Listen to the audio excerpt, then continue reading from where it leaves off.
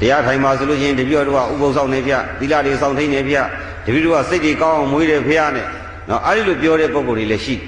အဲ့ဒီထဲမှာဥစဉ်အမေလည်းပါတယ်နော်ရှေ့တော့အဖွားကြီးတွေပေါ့လေ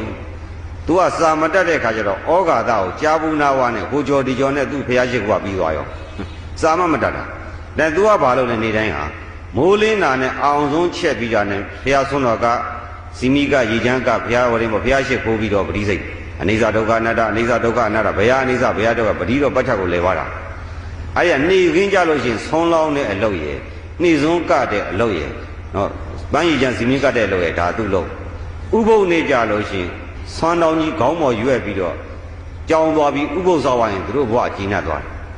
အဲ့ဒီလိုနဲ့ဥစဉ်24နှစ်သား25ရောက်တဲ့ခါကျတော့ဒကမာကြီးဥစဉ်တရားအဲ့တော့24နှစ်သားမှာဥစဉ်သာနာပေါင်ရောက်တယ်အဲ့ဒီကိုရောက်တော့ဒကမာကြီးခမညာဒီလိုဥပုသ်ဆောက်အောင်နဲ့မပြီးသေးဘူးတရားကျင့်ဆိုအရှင်ပြတဲ့ခေါင်းတာဖိနာနဲ့ဘာလို့ပါလဲအဲ့လိုကုသိုလ်ရတိုင်းအတူတူအနာမခံဘူး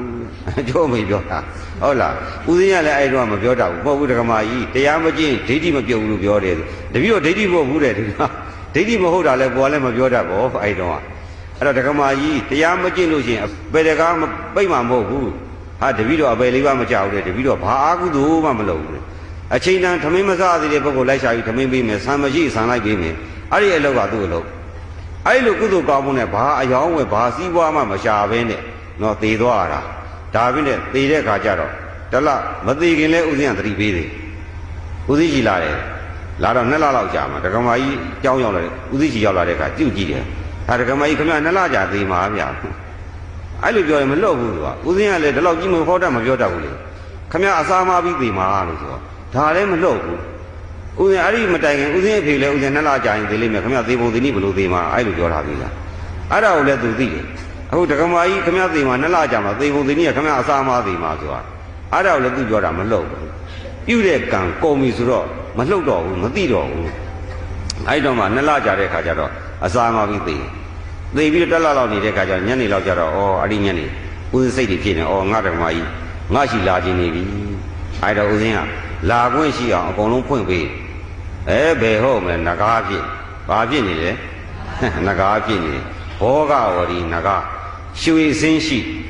နော်ဒါနသီလကောင်းတဲ့အခါကျတော့ဒါနကုသိုလ်သီလကုသိုလ်ကြောင့်သီလကုသိုလ်ကြောင့်အသက်ရှိတော့နဂါးနော်ဒါနကုသိုလ်ကြောင့်သီလဒါနနှစ်ခုပေါင်းလိုက်တဲ့အခါကျတော့ဘောဂဝရီနဂါးနတ်နဂါးသွားဖြစ်တယ်ရွှေစင်းသွားဖြစ်တယ်ရွှေစင်းဖြစ်ဖြစ်ဗရမ ्या အစင်းဖြစ်ဖြစ်တလိ္ဆာပဲဟုတ်ပြီလားကဲလို့ရသေးလားမရတော့ဥစဉ်အသေးတန်ဖြစ်ပြီဆိုရင်ဥစဉ်ဂရီချင်းမှာငယ်